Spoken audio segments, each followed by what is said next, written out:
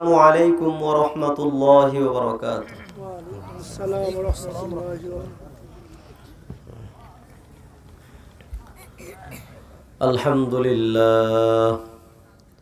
আলহামদুলিল্লাহ নাহমাদুহু ওয়া নাস্তাঈনুহু ওয়া নাস্তাগফিরুহ ওয়া নাউযু বিল্লাহি মিন শুরুরি আনফুসিনা ওয়া মিন সাইয়্যাতি আ'মালিনা।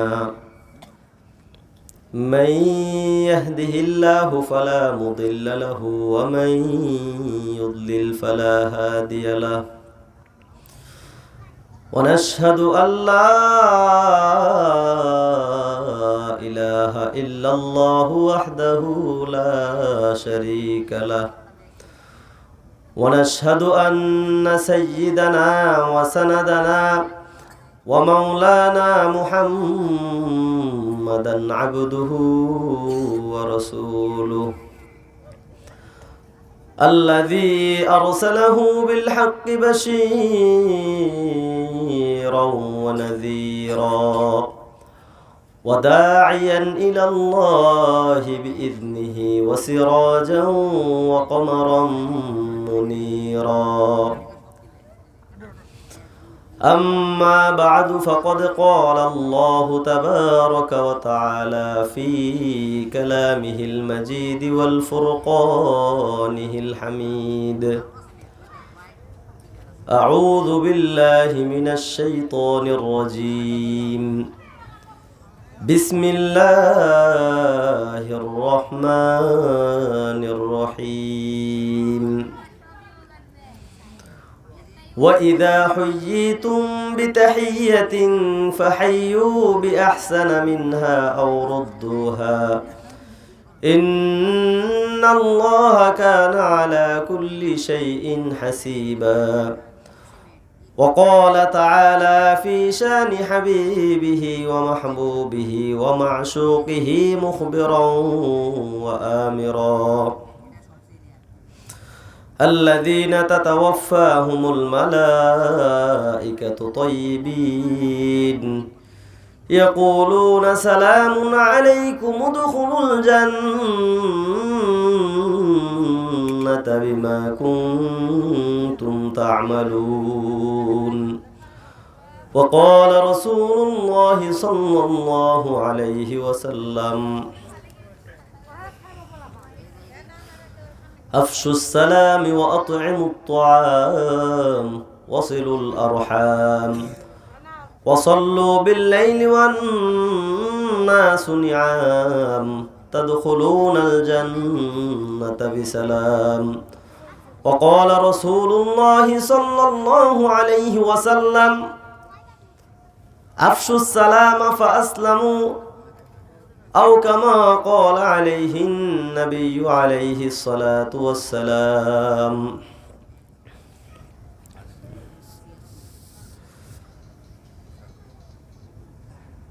অধ্যকার চিস্তিয়া নিজামিয়া দরবার শরীফ এর বার্ষিক ওয়াজ ও দোয়ার মাহফিল এবং হালকাই জিকির এর উদ্যোগে আজকে আমাদের জাকিরিন ভাই এবং যারা আমাদের প্রিয় মুখোপাধ্যায় এরকম বর্গদের সহযোগিতায় আজকে এই হালকাই জিকির দোয়ার মাহফিল। এই মাহফিলে আমার সামনে আপনারা উপবিষ্ট আছেন কলিজার টুকরা যুবক ভাইয়েরা এবং দাড়িপাকা আল্লাহ তাআলার কাছে মাকবুল বান্দাগণ এবং স্নেহের ছোট ভাইয়েরা, পর্দার আড়ালে মা ও বোনেরা, সকলকেই জানাই আমার অন্তরের অন্তঃস্থল থেকে আন্তরিক মোবারকবাদ। আমি আপনাদের সামনে পবিত্র কালামুল্লাহ থেকে দুইটি আয়াত পেশ করেছি এবং রাসূল সাল্লাল্লাহু আলাইহি ওয়াসাল্লামের অসংখ্য হাদিস থেকে দুইটি হাদিস আপনাদের সামনে আমি উপস্থাপন করেছি। এই আয়াতে কারিমা এবং হাদিস শরীফের আলোকে আমি আপনাদের সামনে কিছু কথা বলা এবং আমাদের সকলকে শোনার আল্লাহ তৌফিক দান করুন। সকলেই বলে আমিন। আমিন।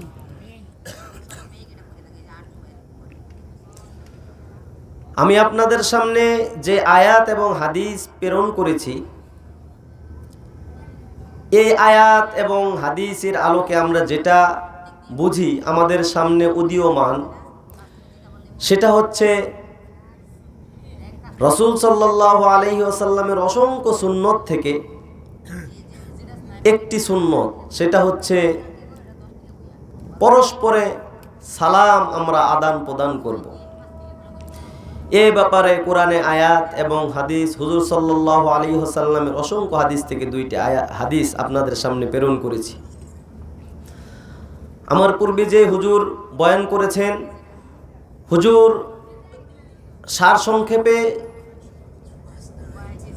প্রায় সব বিষয়েই আলোচনা করার চেষ্টা করেছেন এবং হুজুরের অনেক সুন্দর আলোচনা এবং গঠনতন্ত্র আলোচনা হুজুর করেছেন। আল্লাহ এবং আল্লাহর রসুলকে মহাব্বত করব কিভাবে, আমরা কিভাবে তাদের আল্লাহ এবং আল্লাহর রসুলের কথার উপর আমরা চলব, কিভাবে তার সান্নিধ্য লাভ করব, এই ব্যাপারে আমাদেরকে হুজুর অনেক আলোচনা করেছেন। আমরা শুনছি, আমরা আমল করার চেষ্টা করব ইনশাআল্লাহ। হুজুরের আলোচনার পর আমি আপনাদের সামনে যেই বিষয়ে আলোচনা করার ইচ্ছা পোষণ করেছি, সেটা হচ্ছে সালামের ব্যাপারে। আজকে দুনিয়ার মধ্যে সালাম একটা হুজুর সাল্লাল্লাহু আলাইহি ওয়াসাল্লামের যে সুন্নতের মধ্যে অন্যতম একটি সুন্নত সালাম, এটা আজকে দুনিয়ার ভেতরে খুব কমে গেছে।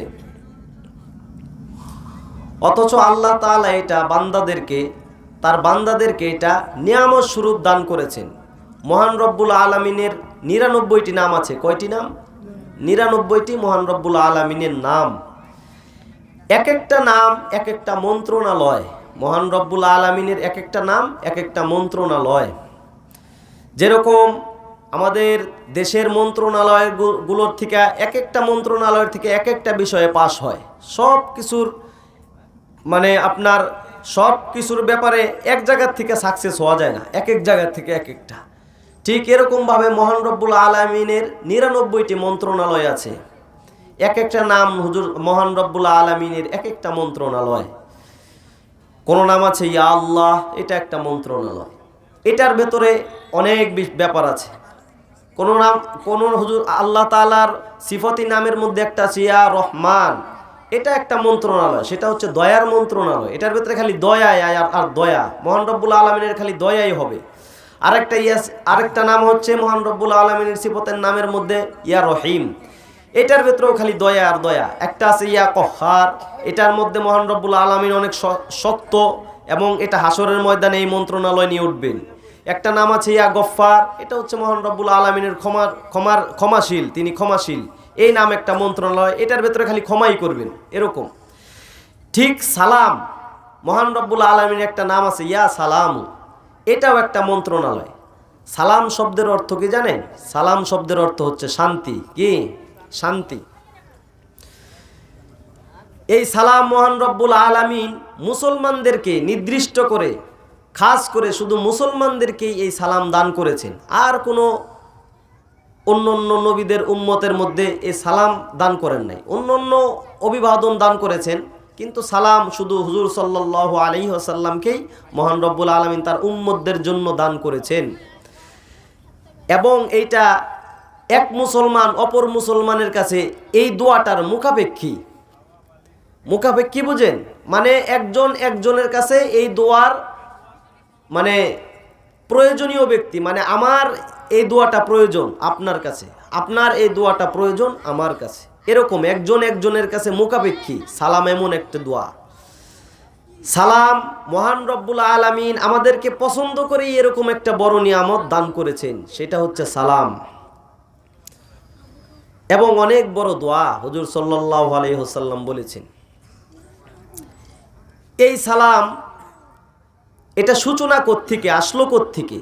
এই সালামকে হুজুর সাল্লাল্লাহু আলাইহি ওয়াসাল্লাম থেকে আসছে? নাকি এরও আগে আসছে? এই সালাম হুজুর সাল্লাল্লাহু আলাইহি ওয়াসাল্লামের থেকে শুরু হয় নাই। এই সালাম মহান রব্বুল আলামিন হযরত আদম আলাইহি ওয়াসাল্লামকে সৃষ্টি করার পর আসমানের মধ্যে এই সালাম মহান রব্বুল আলামিন হযরত আদম আলাইহিস সালামকে শিক্ষা দিয়েছেন।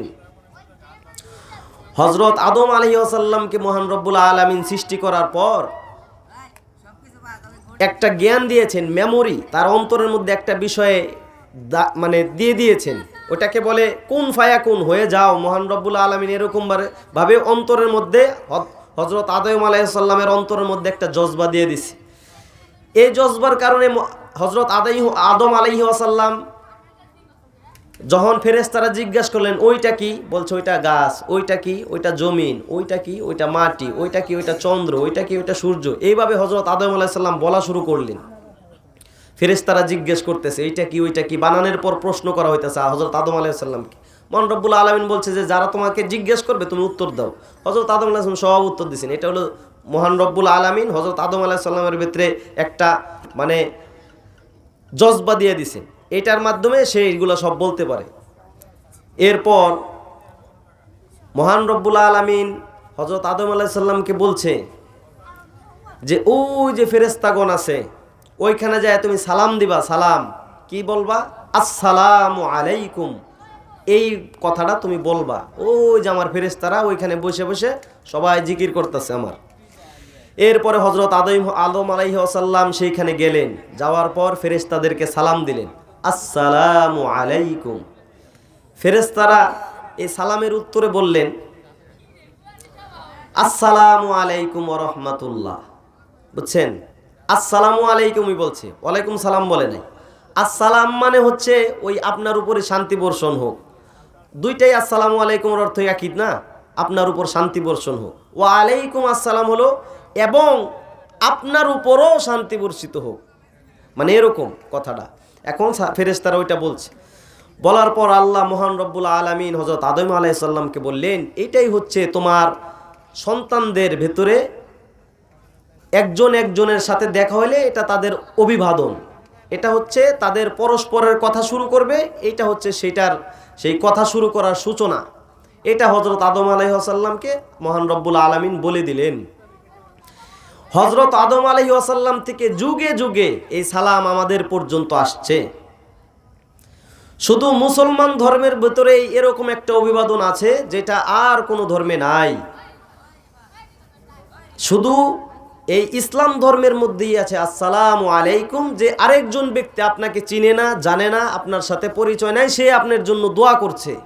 এটা শুধু ইসলাম ধর্মেই আছে, অন্য কোনো ধর্মে নাই। কোনো ধর্মে হাই হ্যালো, কোনো ধর্মে নমস্কার, এরকম আছে। কোনোটার অর্থ এরকম নাই যে সে বলতেছে আসসালামু আলাইকুম, আপনার উপর শান্তি বর্ষিত হোক, ওয়া রাহমাতুল্লাহি, এবং আল্লাহর পরিপূর্ণ রহমত আপনার উপর অবতরণ হোক, ওয়া বারাকাতুহু, এবং আপনার সমস্ত বিষয়ের ভেতরে আল্লাহ তাআলা বরকত দান করুন। এই তিনটা দোয়া, এরকম কোনো দোয়া আর কোনো ধর্মের অভিবাদনের ভেতরে নাই। এই সালামের কি গুরুত্ব হুজুর সাল্লাল্লাহু আলাইহি ওয়াসাল্লাম বললেন। হুজুর সাল্লাল্লাহু আলাইহি ওয়াসাল্লাম এক জায়গায় বসা ছিল সাহাবায়ে কেরামদেরকে নিয়ে, সেখানে দ্বীনের কথা বলা হচ্ছে, এরকম একটা জায়গায়। ওই সময় ওই দিক দিয়ে সাহাবায়ে কেরাম অতিক্রম করছিলেন। এরকম একটা জায়গায় হুজুর সাল্লাল্লাহু আলাইহি ওয়াসাল্লাম বসা ছিলেন। হঠাৎ করে একজন সাহাবী আসলো। আসার পর বলল আসসালামু আলাইকুম ইয়া রাসূলুল্লাহ।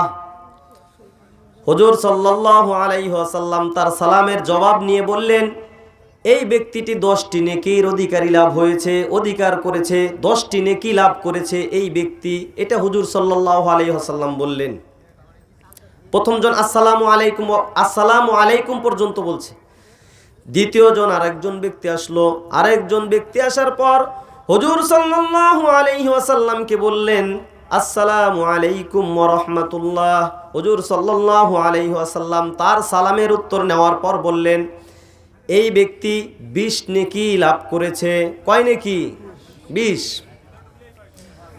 কিছুক্ষণ পর আবার একজন ব্যক্তি আসলো, আসার পর বললেন, আসসালামু আলাইকুম ওয়া রাহমাতুল্লাহি ওয়া বারাকাতুহু।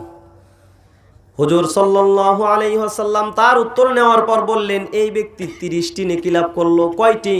30টি। 90 100 না, কিন্তু সালামের মধ্যে উভয় 100 নেকি। এই কথাটা হাদিসের আলোকে কথাটা সহি না, বুঝছেন নাকি? হাদিসের আলোকে সালাম দিলে 90 নেকি, উত্তর নিলে 10 নেকি, কথাটা হাদিস কোরআনের আলোকে কথাটা সহি না। হাদিসের ভেতরে স্পষ্ট যে কথা আসছে, পরিপূর্ণ সালাম দিলে 30 নেকি, সালামের যে উত্তর নেবে সে 10 নেকি। এটা হলো পরিপূর্ণ হাদিসের অর্থ। এরপর যেটা ব্যাখ্যায় আসছে, হুজুর সাল্লাল্লাহু আলাইহি ওয়াসাল্লাম বলছেন, কি বলছেন? এই নেকিটাকে আল্লাহ বৃদ্ধি করে 100 পর্যন্ত নেবেন। বুঝতে পেরেছেন আমার কথা? এই নেকিটাকে আল্লাহ বৃদ্ধি করবেন, বৃদ্ধি করে 100 পর্যন্ত নেবেন। এই নেকির পাওয়ার এরকম না যে 100ই তার মানে সোয়াব, এরকম না। এটা হলো সালামের মাহাত্ম্য। আমাদের এই সালাম কিভাবে এটার সোয়াব কিভাবে আসবে, কিভাবে এটা আমাদের আদান প্রদান করতে হবে, এই ব্যাপারে হযরত মুহাম্মদুর রাসূলুল্লাহ সাল্লাল্লাহু আলাইহি ওয়াসাল্লাম সালামের ব্যাপারে কি বলেছেন? আমাদের নবী হযরত মুহাম্মদুর রাসূলুল্লাহ সাল্লাল্লাহু আলাইহি ওয়াসাল্লাম বলেছেন, আফশুস সালাম, তোমরা পরস্পরের সালাম আদান প্রদান করো, তাসাল্লামু, যাতে করে তোমরা নিরাপদে থাকতে পারো। যত বেশি বেশি আমাদের মধ্যে পরস্পরের সালামের অভিবাদন চলবে, তত বেশি বেশি আমাদের পরস্পরিকের মধ্যে ভালোবাসা বন্ধুত্ব সৃষ্টি হবে, ঠিক কিনা? আমরা এখন সালামটা এরকম হয়ে গেছে যে আমাদের পরস্পরে পরিচিত ব্যক্তিদের মধ্যেই সীমাবদ্ধ, অপরিচিত ব্যক্তিদেরকে সালামই দিই না। আবার কেউ অহংকার বশত কেউ সালাম দেয় না, কাউকে সালাম দিলে কেউ উত্তর নেয় না, এরকম হয়ে গেছে। কিন্তু হুজুর সাল্লাল্লাহু আলাইহি ওয়াসাল্লাম বলেছেন, যদি তোমরা শান্তিতে থাকতে চাও, সবাই যদি শান্তিতে থাকতে চাও, তাহলে পরস্পরে তোমরা বেশি বেশি সালামের আদান প্রদান করো। তাহলে একজন একজনের সাথে মহাব্বত বাড়বে, একজন একজনের প্রতি দোয়া লাভ করবে। যদি বলা তো যায় না আল্লাহ কার দোয়া কবুল করেন, হতে পারে এমন একটা সালামের দোয়া আল্লাহর কাছে কবুল হয়ে গেছে, তাহলেই আল্লাহ আপনাকে জীবনের জন্য মাফ করে দিবে। সুবহানাল্লাহ। এরকম তাই হুজুর সাল্লাল্লাহু আলাইহি ওয়াসাল্লাম বলছেন, সব সময় তোমরা পরস্পর সালাম আদান প্রদান করো, একজন একজনের সাথে দেখা হইলে সালাম দাও। মহান রব্বুল আলামিন তার ঐশী গ্রন্থ আল কোরআনের মধ্যে বলেছেন, ওয়া ইযা হুয়্যিতুম বিতাহিয়্যাতিন ফাহাইয়ু বিআহসানা মিনহা আও রুদ্দুহা ইন্নাল্লাহা কানা আলা কুল্লি শাইইন হাসিবা। যখন তোমরা তোমাদের পরস্পরের সাথে দেখা হয়, তখন তোমরা সালাম দিয়ে আদান প্রদান করো, সালাম দিয়ে আদান প্রদান করো। এবং যদি তোমরা সালাম দিয়ে আদান প্রদান করো, তাহলে মনে করবে এই সালামটা আমার থেকে তোমাদের জন্য অভিবাদন। যদি দুনিয়ার মধ্যে কেউ পরস্পর এরকম যদি কোনো ব্যক্তি হয় যে সে সবসময় সালাম আদান প্রদান করছে, তাহলে কিয়ামতের দিন সেই কঠিন হাসরের ময়দানে মহান রব্বুল আলামিন তাকে স্বয়ং নিজে সালাম দিবেন। সুবহানাল্লাহ। যে দুনিয়ার মধ্যে সবসময় সালামের এই সুন্নত যে জারি করে যাইতে পারবে, কিয়ামতের দিন এই পুরা দুনিয়ার সমস্ত মানুষের সামনে সেই হাসরের ময়দানে মহান রব্বুল আলামিন তার নাম ধরে সালাম দিবে। কি মনে করেন বেড়াটা কিরকম? একটা ব্যক্তিরে সালাম দিতেছে, আর কোনো ব্যক্তির আল্লাহ সালাম দেয় না, আল্লাহ সালাম দিচ্ছে। এটা কি অনেক বড় ব্যাপার স্যাপার না? অনেক বড় কিছু। শুধু তাই না, মৃত্যুর সময় ফেরেশতা আসবে, আযাবে মৃত্যুর সময় মালাকুল মউত আসবে, আজরাইল আলাইহিস সালাম। যে মুসলমান পরস্পর সালামের মধ্যে সারা জীবন কাটিয়ে দিবে এবং মৃত্যুর সময় হয়ে যাবে, তখন স্বয়ং হযরত আজরাইল আলাইহিস সালাম এসে তাকে স্বয়ং সালাম করবেন। সুবহানাল্লাহ। আজরাইল আলাইহিস সালাম এসে আপনার সালাম দিবে এবং আপনার জান অপবিত্র অবস্থায় কোনোদিন আজরাইল আলাইহিস সালাম জান কবজ করবে না। যদি কেউ সালাম নিয়মিত দিতে পারে এবং সে সব সময় সালামের এই সুন্নত জারি করে দিয়েছে, মৃত্যুর সময় আজরাইল আলাইহিস সালাম আসলেও তার জান অপবিত্র অবস্থায় নিবে না, তাকে অপবিত্র হবে। এরপরে আজরাইল আলাইহিস সালাম এসে তাকে সালাম করবে, এরপর উত্তমভাবে তার জানটা কবজ করে নেবেন। সুবহানাল্লাহ। হুজুর সাল্লাল্লাহু আলাইহি ওয়াসাল্লাম বলেছেন, কি বলেছেন? আফসুস সালাম, তোমরা পরস্পরে সালাম আদান প্রদান করো। ওয়া আতঈমুত তুআম, এবং তোমরা অনাহারীদেরকে খাবার খাওয়াও, অনাহারীদেরকে খাবার খাওয়া। ওয়াসিলুল আরহাম, এবং তোমরা তোমাদের আত্মীয় স্বজনদের সাথে তোমাদের সুসম্পর্কটা ঠিক রাখো, সম্পর্ক বিচ্ছিন্ন করো না। আত্মীয়তা ছিন্নকারী বেহেশতে প্রবেশ করবে না। একটা হাদিস আছে, লা তাদখুলুল জান্নাতা কাত্তাত, আত্মীয়তা ছিন্নকারী বেহেশতে প্রবেশ করবে না। এই কারণে হুজুর সাল্লাল্লাহু আলাইহি ওয়াসাল্লাম বলছেন, ওয়াসিলুল আরহাম, তোমরা তোমাদের আত্মীয় স্বজনদের সাথে সম্পর্কটাকে অটল রাখো, অবিচল রাখো। ওয়াসাল্লু বিল্লাইলি ওয়ান নাসু নিআম, এবং ওই সময় তোমরা নামাজ পড়ো যখন মানুষ সকল ঘুমিয়ে থাকে। দুনিয়ার সকল মানুষ যখন ঘুমিয়ে থাকে তখন তোমরা নামাজ পড়ো। ওইটা কিসের নামাজ জানেন? তাহাজ্জুদের নামাজ। আল্লাহ তাআলার নৈকট্য লাভ করতে গেলে তাহাজ্জুদের নামাজ পড়তে হয়।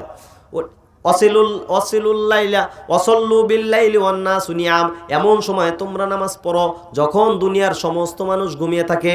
তাদখুলুনাল জান্নাতা বিসালাম, তাহলে তোমরা কি হবে? নিরাপদে জান্নাতে প্রবেশ করতে পারবে। সুবহানাল্লাহ।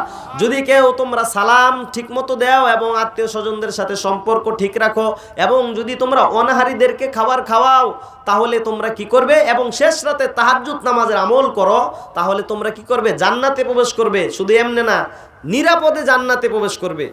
এটা শুধু সালামের ব্যাপারে এই রকম কথা আসছে, এটা কিন্তু নামাজের ব্যাপারে আসে নাই। নামাজ বেহেশতের চাবি, কথাটা ঠিক না? আর সালাম হলো নিরাপদে জান্নাতে যাওয়ার চাবি। সালাম কি? নিরাপদে জান্নাতে যাওয়ার চাবি। আর নামাজ হচ্ছে বেহেশতের চাবি। এক হাদিসের মধ্যে আসছে, যখন চাবি লাভ করবে এক একটা মুমিন ব্যক্তি, যখন চাবি পাবে, কেউর চাবির মধ্যে দাঁত নাই, কেউর চাবি ঠিক আছে, কিন্তু পুলসিরাত তো প্রত্যেকটা বেডারই পার হতে হবে, এটা ঠিক না? পুলসিরাত তো সবারই পার হতে হবে। যে নামাজ, যে চাবি পাইছে জান্নাতের, সেও, যে পায় নাই সেও পুলসিরাত পার হয়ে যেতে হবে। এরপর নিচ থেকে জাহান্নাম তো নিচে, উপরে পুলসিরাতের রাস্তা, তখন এরকম দুইটি হাত উঠে আসবে। যখন পুলসিরাত পার হবে তখন এরকম রাস্তার সাইড দিয়ে হাত এইভাবে থাবা দিবে, এইভাবে থাবা দিবে, যেটা হাতে বাজবে সেটাই জাহান্নামে পড়ে যাবে। তাহলে জান্নাতে যাওয়ার সময় জান্নাতি ব্যক্তিরা এরকম করবে, সরে যাবে, হাত যাবে, কিন্তু সে কিন্তু এই আপনার জান্নাতের চাবি পাইছে, তারপরেও কিন্তু তার এরকম মুসিবত আসবে। আর যে ব্যক্তি সালাম দিবে, সালাম, ফেরেশতারা তাকে সম্মান করে ওই পুলসিরাতের উপর থেকে তাকে এই রাস্তার থেকে উপর দিয়ে উড়ে নিয়ে যাবে। হাত তারে মানে তার সামনে স্পর্শ করতে পারবে না, তাকে লাগুর পাইব না। সুবহানাল্লাহ। এরকম সালামের গুরুত্ব এরকম যে সালাম, পরস্পর সালাম আদান প্রদান করো, হুজুর সাল্লাল্লাহু আলাইহি ওয়াসাল্লাম বলেছেন। এবং শুধু তাই নয়, যদি কোনো ব্যক্তি সালাম দেয় আর সালামের উত্তর যাকে দিল সে যদি সালামের উত্তর না নেয়, তাহলে সে কবিরা গুনার অন্তর্ভুক্ত হবে। কিভাবে? সালাম দেওয়া সুন্নত, উত্তর নেওয়া কি জানেন? উত্তর নেওয়া ওয়াজিব। কাউকে আপনি সালাম দিয়েছেন, সে সালামের উত্তর নেয় নাই, এতে আপনার কোনো আসা যায় না। আরে যাকে আপনি সালাম দিয়েছেন এর চেয়ে উত্তম ব্যক্তি আপনার সালামের উত্তর নিবে। সে কে জানেন?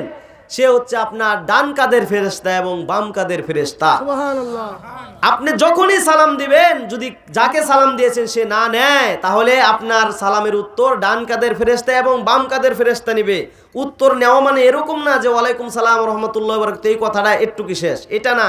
আরে আপনার জন্য ফেরেশতা দোয়া করতেছে, ওয়ালাইকুম সালাম রাহমাতুল্লাহি ওয়া বারাকাতুহু, আল্লাহ তাকেও আপনি নিরাপদ শান্তি দান করুন এবং তার বরকত দান করুন তাকে, এবং তাকে অনেক অসংখ্য নিয়ামত দান করুন। এটা ফেরেশতা আপনাকে দোয়া করতেছে আপনার জন্য, এটা মানুষের কোনো যায় আসে না, এটা ফেরেশতার দোয়া। ফেরেশতার দোয়া তো আল্লাহ অবশ্যই কবুল করবেন, এটা আমরা আশাবাদী না? অবশ্যই আশাবাদী। ঠিক এরকম সাহাবায়ে কেরামের যুগে দেখেন কি হইল। সাহাবায়ে কেরামের যুগে হযরত আব্দুল্লাহ ইবনে সামেত এবং হযরত আবু যর গিফারির দরবারে আসলেন। তখন হুজুর সাল্লাল্লাহু আলাইহি ওয়াসাল্লাম জীবদ্দশায় নাই। আবু যর গিফারি রাদিয়াল্লাহু আনহু তারা অনেক বুড়া হয়ে গেছে, মানে তাদের অনেক বয়স হয়ে গেছে, বৃদ্ধ হয়ে গেছেন সাহাবায়ে কেরাম। এখন তারাই বড় শায়েখ ওই সময়। তখন আসলেন, আসার পর বললেন, আবু যর গিফারি রাদিয়াল্লাহু আনহুকে বললেন, হুজুর আমি আব্দুর রহমান ইবনে হাতেমের পাশ দিয়ে অতিক্রম করার সময় তাকে আমি সালাম করেছি, কিন্তু সে সালামের উত্তর নেয় নাই। তখন আবু যর গিফারি রাদিয়াল্লাহু আনহু তাকে বললেন, শোনো, তার সালামের উত্তর না নেওয়ার কারণে তোমার কোনো যায় আসে না। তোমার সালামের উত্তর তো এমন একজন নিয়েছে যে সে ওই ব্যক্তির চেয়ে হাজার হাজার গুণে উত্তম। তখন বললেন, হুজুর কে আমার সালামের উত্তর নিল? কেন? তোমার ডান কাদের ফেরেশতা এবং বাম কাদের ফেরেশতায় তোমার সালামের উত্তর নিয়েছে। সুবহানাল্লাহ। এটা হচ্ছে সালাম দিতেই হবে, মানে সালাম দিলে উত্তর নিবেই। আপনি কোনো রকম মনের ভেতরে এরকম না যে আমি সালাম দিলাম সে উত্তর নিল না, এগুলা না। সালামের কথা হলো এরকম, হুজুর সাল্লাল্লাহু আলাইহি ওয়াসাল্লাম বলছেন এটা দুনিয়ার মধ্যে আপনি ছড়াই দিতে। আপনি একটা হাদিস দুনিয়ার ভেতরে ছড়াই দিবেন, বাল্লিগু আন্নি ওয়ালাউ আয়া। হুজুর সাল্লাল্লাহু আলাইহি ওয়াসাল্লাম বলছেন আমার পক্ষ থেকে একটি বাণী হলেও পৌঁছায় দাও। আপনি এটা পৌঁছাই দিবেন, সারা দেশে পৌঁছাই দিবেন, যেইভাবে হোক। আপনি মুখ দিয়া পারেন, না পারেন আপনি আরেকজনের মাধ্যমে পারেন, তা না পারেন আপনি প্রয়োজনে আপনি মোবাইলের মাধ্যমে আপনি এটার সালাম বা এরকমভাবে এক একটা সুন্নত জিন্দা করতে থাকবেন। ঠিক আছে ইনশাল্লাহ? আমরা পারবো না ইনশাল্লাহ? কম সালাম দিতে কি আপনার টাকা লাগে? তাহলে দিলে অসুবিধা কোথায়? এরকম একটা সুন্নত জিন্দা করে দেন না। জিন্দা করে দিলে দেখবেন যে দুনিয়ার মধ্যে আপনার যারা শত্রু আছে তারাও আপনার ভালোবাসবে ইনশাল্লাহ। এটা আমি নিজে প্রমাণ। আমি প্রায় মানুষকে, মানে এটা বড়র জন্য বলতেছি না, শিক্ষার ব্যাপারে বলতেছি। আমি সালাম, মানে যখন থেকে এটা আমার দিলের ভেতরে আসছে যে সালাম একটা অনেক বড় নিয়ামত, তখন থেকে আমি চেষ্টা করি মানুষকে সালাম দেওয়ার জন্য। এটা আমি দেখেছি, আমাকে যারা ভালোবাসেও না, অনেক মানুষ আছে আমাকে ঘৃণা করে, সালামের কারণে সে আমাকে এখন মনে করে যে লোকটা ভালো, এরকম ভাবে। এখন ভাবে অনেক মানুষ আছে, সালাম দেওয়ার কারণে সে ভাবে লোকটা ভালো। এমনও ব্যক্তি আছে যার সাথে আমার জীবনে পরিচয় হয় নাই, 2-1 দিনের সালাম আদান প্রদানের কারণে সেই ব্যক্তি আমার মাদ্রাসায় পর্যন্ত আসছে আমাকে খুঁজতে, যে আপনি, হ্যাঁ বাজান আপনি আসছেন আমার মাদ্রাসায়? হুজুর আপনার খুঁজতে আসছি। কেন আমাকে খুঁজেন? আপনি আমার সালাম দেন প্রতিদিন, এই কারণে আমি আপনার খুঁজতে আসছি। বুঝছেন এই পাওয়ার? পরে আমি বলছি, বাজান তা আপনি আমার খুঁজেন কেন? হুজুর আমি দেখছি যে আল্লাহ তাআলা যত কুরআন হাদিসের যা কিছু শুনছি আমি, তার ভেতরে দেখছি এই সালামের ভেতরে সবচেয়ে জাদু বেশি। কেমনে দেখলেন? যে আপনারা দেখছি। কেমন? আপনারা আমি চিনি না, আমার মনে হয় আপনারা আমি হাজার হাজার বছর ধরে চিনি, এরকম মনে হয় এই সালামের কারণে। বুঝতে পেরেছেন? সালাম এমন একটা জিনিস, এটা মুমিনের একটা সেরকম হাতিয়ার। মুমিনের হাতিয়ার অস্ত্র লাগে না, মুমিনের হাতিয়ার হুজুর সাল্লাল্লাহু আলাইহি সাল্লামের এক একটা সুন্নত। আপনি এক একটা সুন্নত জিন্দা করেন, আপনার একটা হাতিয়ার হয়ে যাবো গা। আপনি হুজুর সাল্লাল্লাহু আলাইহি সাল্লামকে ভালোবাসেন, তাহলে আপনি তার পোশাকের যদি সুন্নত জিন্দা করেন, দেখবেন আপনার কিছু মানুষ আছে এমনিই ভালোবাসবো। আপনার দেখবেন যে আপনি দস্তরখানা বিছায় খাবার খান, দেখবেন যে আপনার সংসারের মধ্যে বরকত শুরু হয়ে যাবো গা। মানে অর্থ আপনার কোত্থেকে আসবো নিজেও টের পাবেন না। আপনি খানা উঠায় খান, খাবার নষ্ট করেন না, দেখবেন আপনার মাস শেষে আপনার বেতনের টাকা ফুরাই যাবো না।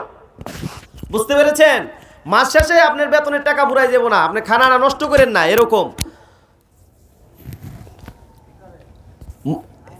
হুজুর সাল্লাল্লাহু আলাইহি ওয়াসাল্লামের এক একটা হাদিস যদি আপনি জিন্দা করে যেতে পারেন, আজকে যদি হাজার হাজার লাখো লাখো মুসলমান একটা করে হাদিস এক একজন জিন্দা করতে পারে, তাহলে একবারে জমাত বেঁধে, একবারে পুরাপুরি এক জমাত নিয়া হুজুর সাল্লাল্লাহু আলাইহি ওয়াসাল্লাম হাসরের ময়দানে উঠবে। ওঠার পরে বলবেন, ইয়া আল্লাহ, হে আমার আহকামুল হাকিমিন, এই যে আমার উম্মত, আমি এই জাতিকে নিয়ে উঠলাম, এই এক একটা উম্মত আমার এক একটা সুন্নতকে জিন্দা করেছে, আর এই কারণে আমি তাদেরকে রাখে আমি কোনোদিন একা একা জান্নাতে যেতে পারবো না। অতএব আমাকে যদি জান্নাত দিতে হয়, তাহলে আমার এই সব উম্মতকে আপনি জান্নাতে একসাথে দিবেন। সুবহানাল্লাহ। হুজুর সাল্লাল্লাহু আলাইহি ওয়াসাল্লাম আমাদের কি নিয়ে যাবেন? কারণ কি? একটা করে সুন্নত যদি আমরা জিন্দা করতে পারি, কি একটা করে সুন্নত। কারণ হুজুর সাল্লাল্লাহু আলাইহি ওয়াসাল্লাম বলছে, শেষ জমানায় যদি কেউ ইমানের উপর থাকতে পারে, তার শুধু বিন্দু পরিমাণ ইমান আছে, বিন্দু পরিমাণ, সে সব গুনাহ করে, কিন্তু সে খালি কালিমার উপরে আছে যে আল্লাহ এক, নবী আছে, এরকম বিন্দু পরিমাণও যদি কেউ ইমান থাকে, তাহলে তার 100 উট কুরবানি, একবারে যে কুরবানিটা আপনার আল্লাহর কাছে কবুল, এরকম মাকবুল 100 উট কুরবানির সওয়াব আল্লাহ তাআলা তাকে দান করবেন। আর যদি আপনি একটা সুন্নত যদি জিন্দা করে যাইতে পারেন, এই সুন্নত আপনার মাধ্যমে যদি আর কেউ শিখতে পারে, আরো যদি দুনিয়ার মানুষ এই সুন্নত আপনার মাধ্যমে যদি তাদের কাছে শিখতে পারে, তারা যদি ভালোবাসে, মরার পরেও আপনি এই সওয়াবের লাভ আপনি মরার পরেও পাবেন ইনশাআল্লাহ। এই সওয়াব আপনার মৃত্যুর পরেও হইতে থাকবে ইনশাআল্লাহ। এবং শুধু তাই নাই, সালাম সবাইকে দিতে হবে। কিছু ব্যক্তি আছে, যেটা হুজুর সাল্লাল্লাহু আলাইহি ওয়াসাল্লাম হাদিসে বলছে, মহান রব্বুল আলামিন কুরআন শরীফে বলছে, এদেরকে সালাম দেওয়া যাবে না। কিছু যেমন প্রত্যেককে মানে সবাই দুনিয়ার সবাইকে যেরকম সালাম দেওয়ার দরকার, ঠিক কিছু ব্যক্তি আছে তাদেরকে সালাম দেওয়ার নিষেধ আছে, হারাম। তাদেরকে সালাম দিলে কবিরা গুনাহ হবে। 1 নাম্বার বিদআতি, যে বিদআত করে। বিদআত কারে বলে? বিদআত হইল হুজুর সাল্লাল্লাহু আলাইহি ওয়াসাল্লাম যে বিধিবিধান বিধিনিষেধ আমাদের কাছে আনছেন, কোরআন এবং হুজুর সাল্লাল্লাহু আলাইহি ওয়াসাল্লামের হাদিস, মানে কোরআন এবং সুন্নাহ এই দুইটাই তো আমাদের বিধিনিষেধ বিধিবিধান। এইটার ভেতরে যে কম বেশি করে, যে বিকৃত করে, যে এইটার সাথে আরেকটু মিলায়, এগুলা হচ্ছে বিদআত। হুজুর সাল্লাল্লাহু আলাইহি ওয়াসাল্লাম বলছেন, যদি কেউ বিদআতের জন্য দোয়া করে তাহলে সে যেন ইসলামের ধ্বংসের সহযোগিতা করলো। নাউজুবিল্লাহ। যে বিদআতিকে দোয়া করে, তাহলে সালাম একটা দোয়া নয়। আপনি যদি কাউকে মানে তার থেকে আপনি একটু ভালো হওয়ার জন্য তাকে সালাম দেন, আর যদি সে বিদআতি হয় তাহলে আপনিও তার মতো গুনাহগার। সে যেরকম গুনাহগার আপনিও ঠিক সেরকম গুনাহগার, কারণ আপনি একজন বিদআতের জন্য দোয়া করছেন জানি তার উপর রহমত বর্ষিত হয়। এটার জন্য মহান রব্বুল আলামিন আপনারে ইসলাম ধ্বংসের যে অপরাধ, এই অপরাধে অপরাধিত করবেন। 1। 2 নাম্বার মদ্যপানকারী বুঝেন? মদ্যপানকারী বুঝেন? যে মদ খায়, মদ যে খায় এবং অভ্যস্ত হয়ে গেছে, সে মদ ছাড়া পারে না, তাকে সালাম দেওয়া কবিরা গুনাহ। এটা আমার কথা না, আমারে মাফ করে দিবেন আমার কথা যদি ভুল হয়, মানে আমার কথা যদি কষ্ট পান, কোরআন হাদিসের কথা এটা। মদ্যপানকারী ব্যক্তিকে সালাম দেওয়া যাবে না। এখানে ইয়াবা ট্যাবলেটের কথা আসে নাই, হিরোইন খোরের কথা আসে নাই, এটা মদ্যপানকারী আসছে, বুঝছেন নাকি? মদ যে খায়, নিয়মিত খায়, তাকে সালাম দেওয়া যাবে না। 2 নাম্বার। 3 নাম্বার বিদআতিকে সালাম দেওয়া যাবে না। 1। 2 নাম্বার মদ্যপানকারীকে সালাম দেওয়া যাবে না। 3 নাম্বার কাফের, মুশরিক, কাদিয়ানি, রাফেজি, এরকম মতবিরোধ আছে না, মতবাদ করে, শিয়া যারা ওই যে আলী রাদিয়াল্লাহু আনহু নবী বলে, এদেরকে সালাম দেওয়া যাবে না। কিছু কিছু জায়গায় সালাম মাকরুহ, সেগুলো জায়গায় সালাম করলে, সালাম দিলে ওই সময় হয়ে গেল, কিন্তু এটা সালামটা মানে ঠিক হয় নাই, জায়গাটা মানে ঠিক হয় নাই, এটাকে বলে মাকরুহ। মানে আপনার আদায় হয়ে যাবে, কিন্তু এটার ভিতরে একটু দোষ আছে, মানে এটা আসলে পছন্দনীয় না, তাও হয়ে গেছে এরকম। এটা হলো নামাজরত অবস্থায় কাউকে সালাম দেওয়া যাবে না। যদি আপনি খাবার খাওয়া অবস্থায় কাউকে সালাম দেওয়া যাবে না। জিকির আজগার অবস্থায় কাউকে সালাম দেওয়া যাবে না। কোরআন শরীফ তেলাওয়াত অবস্থায় কাউকে সালাম দেওয়া যাবে না। আপনি এই নামাজ তো বলছি তাই না, কোরআন শরীফ তেলাওয়াত অবস্থায় সালাম দেওয়া যাবে না। হ্যাঁ, জিকির আজগারের সময় সালাম দেওয়া যাবে না। খানা খাওয়ার সময় সালাম দেওয়া যাবে না। এগুলোর সময় মাকরুহ, সালাম হচ্ছে মাকরুহ। সালাম দেওয়া যাবে কিন্তু কারাহিয়াতের সাথে হবে, এই সালামটা মাকরুহ। সালাম নিজের পরিবারকে দেওয়ার দরকার। কাকে? নিজের পরিবার। বাসায় যায় সালাম দিবেন, বাড়িতে যায়, নিজের বাড়িতে যায় মা বাবা থাকলে মা বাবাকে সালাম করবেন, মানে সালাম দিবেন। স্ত্রী থাকলে স্ত্রীদেরকে সালাম দিবেন। সন্তান থাকলে হোক ছোট, তাকে সালাম দিবেন। সালামের অভ্যাস করেন, ঘরের ভেতরে শান্তি আসবে। যেই ঘরে কোনো মানুষ নাই, জিন মানে যেই ঘরে কোনো মানুষ নাই, বিরান ভূমি, সেই ঘরে যায় হুজুর সাল্লাল্লাহু আলাইহি ওয়াসাল্লাম সালাম দিতে বলছেন। এরকম আসসালামু আলাইনা ওয়া আলা ইবাদিল্লাহিস সলিহিন, এরকম ভাবে খালি ঘরের ভেতরে হুজুর সাল্লাল্লাহু আলাইহি ওয়াসাল্লাম সালাম দিয়ে ঢুকতে বলেছেন, যাতে করে ওই ঘরে যদি কোনো অন্য কিছু থাকে, জিন জাতি থাকে বা অন্য কোনো খারাপ কিছু থাকে, তাহলে আপনি তার থেকে নিরাপদ। তার জন্য আপনি দোয়া করছেন, মানে সে আপনাকে আর কিছু বলবে না, আপনি সমস্ত বিপদ থেকে নিরাপদ। এটা হচ্ছে সালামের মানে পাওয়া। সালাম একটা সুন্নত। ঠিক এরকম আরো হুজুর মহান রব্বুল আলামিনের আরো অনেক মানে হুজুর সাল্লাল্লাহু আলাইহি ওয়াসাল্লাম থেকে বর্ণিত আরো অনেক সুন্নত আছে। আরেকটা হচ্ছে, সেটা হচ্ছে ইস্তেগফার। কি? ইস্তেগফার, ক্ষমা প্রার্থনা করা। ক্ষমা প্রার্থনাটা আমরা কিভাবে করব?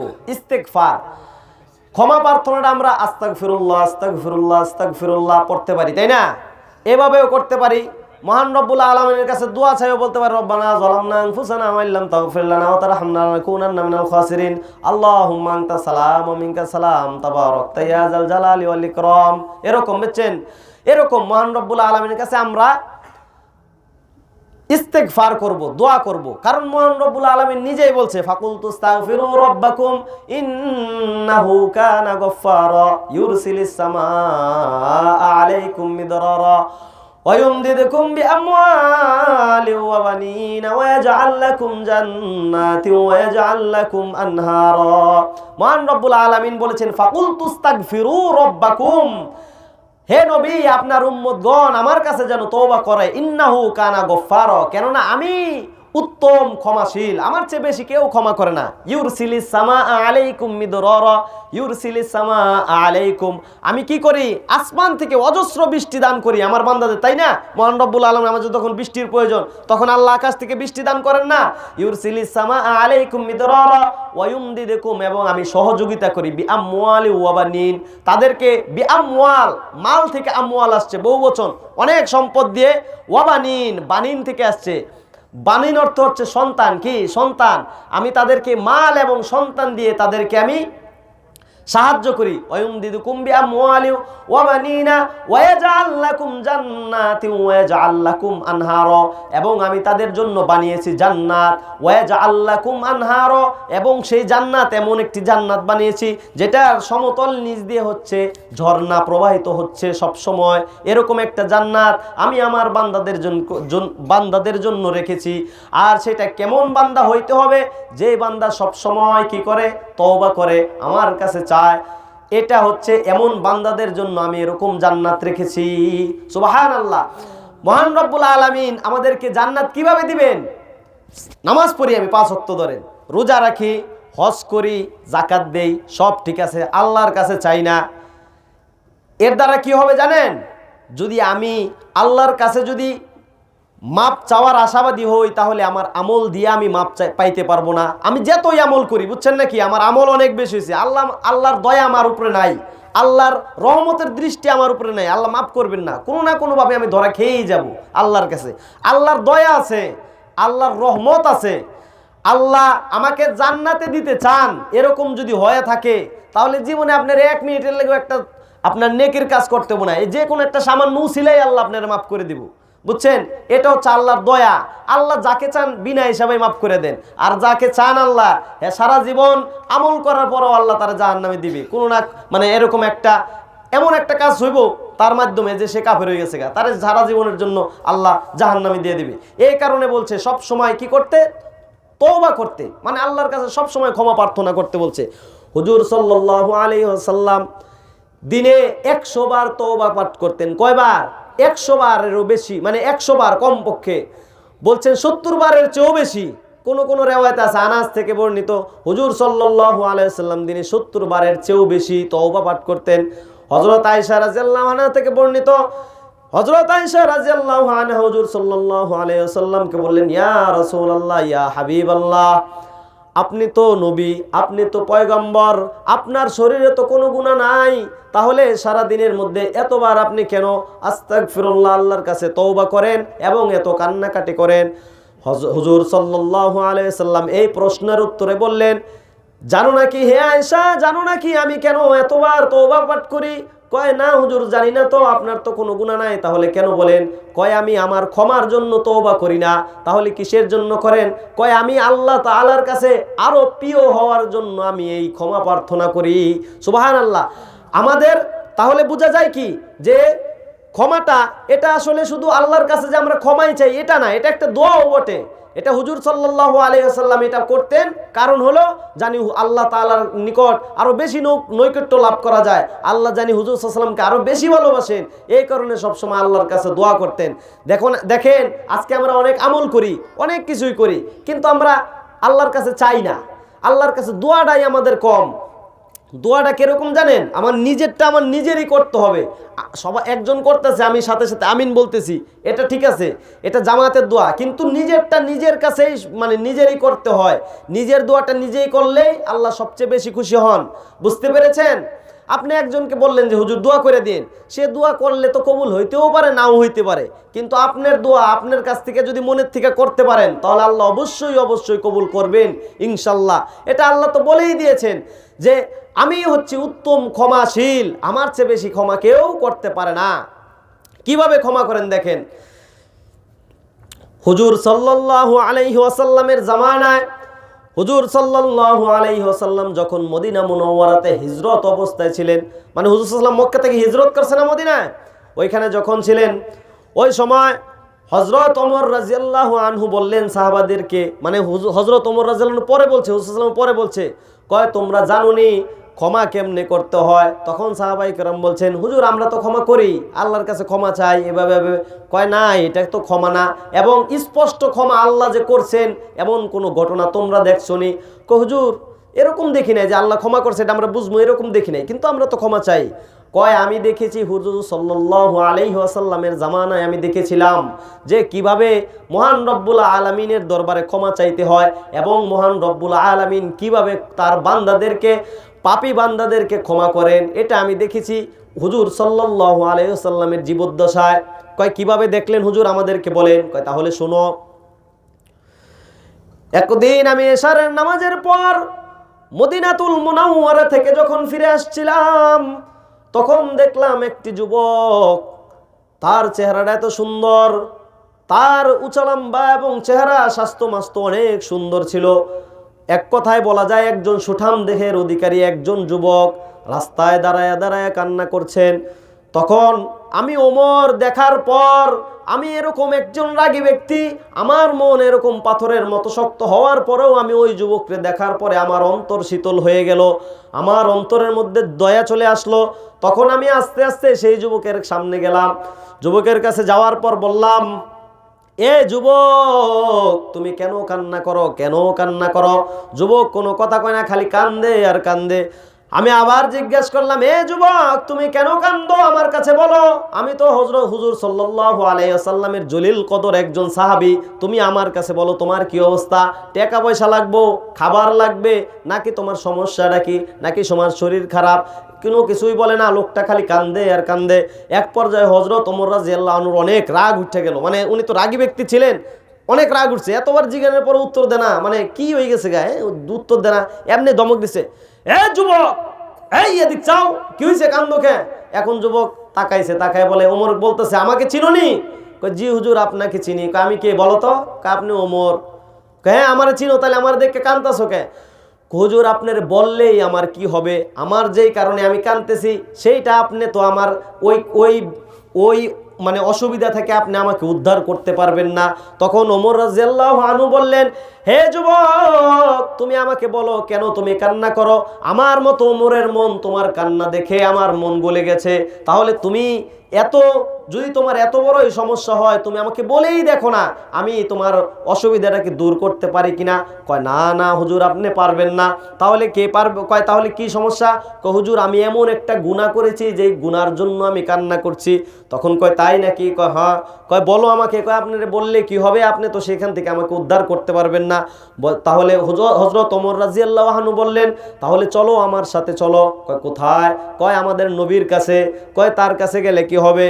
কয় সে আল্লাহ তাআলার প্রদত্ত নবী, আল্লাহ তাআলার প্রদত্ত রাসূল, তার কাছে গিয়ে যদি তুমি বলো তাহলে সে একটা অবশ্যই রাস্তা বলে দিতে পারবেন কিভাবে তুমি ক্ষমা পাইতে পারো। তখন এই লোকটি হযরত ওমর রাদিয়াল্লাহু আনহুর কথায় তার সাথে সাথে হুজুর সাল্লাল্লাহু আলাইহি ওয়াসাল্লামের রওজা মুবারক পর্যন্ত গেলেন। যাওয়ার পর ওই ব্যক্তি হুজুর সাল্লাল্লাহু আলাইহি ওয়াসাল্লামের সামনে আসলেন। আসার পর হুজুর সাল্লাল্লাহু আলাইহি ওয়াসাল্লাম বললেন, কি ব্যাপার, এই যুবককে কেন আসছো? এই যুবক তুমি কেন আমার কাছে আসছো? তখন সেই যুবক বলল, হুজুর আমি এমন একটা ব্যাপারে আসছি যেইটা শোনার পর আপনি আমাকে আর সহ্য করতে পারবেন না। হুজুর সাল্লাল্লাহু আলাইহি ওয়াসাল্লাম বললেন, বলো শুনি তোমার কি অবস্থা। হুজুর আমি এমন একটা বড় অপরাধী, আমি এমন একটা গুনাহ করেছি যেই গুনার কারণে আমি এই দুনিয়ার কারোর সামনে আমি এই মুখ দেখাতে পারবো না। কয় বলো কি গুনাহ করেছো, বলো আমার কাছে। কয় হুজুর সাল্লাল্লাহু আলাইহি ওয়াসাল্লাম বললেন, তাহলে তোমার বাড়ি কোথায়? কয় হুজুর আমি এই মদিনাতুল মুনাওয়ারার একজন লোক, আমি এই মদিনাতুল মুনাওয়ারার একজন যুবক, আমার পিতামাতা আছে এই দেশেরই, আমরা অধিবাসী। পরে বলছে, তাহলে তুমি কান্দো কেন, তোমার কিসের অভাব? কয় হুজুর আমার কিছুর অভাব নাই। তাহলে কিসের সমস্যা? কয় হুজুর আমার একটা অসুবিধা আছে। কি জানেননি? কয় কি? কয় আমি হলো একটা চোর। কি? কয় চোর। কয় কি করো? কয় হুজুর আমার সংসারটা চুরির মাধ্যমে চলে।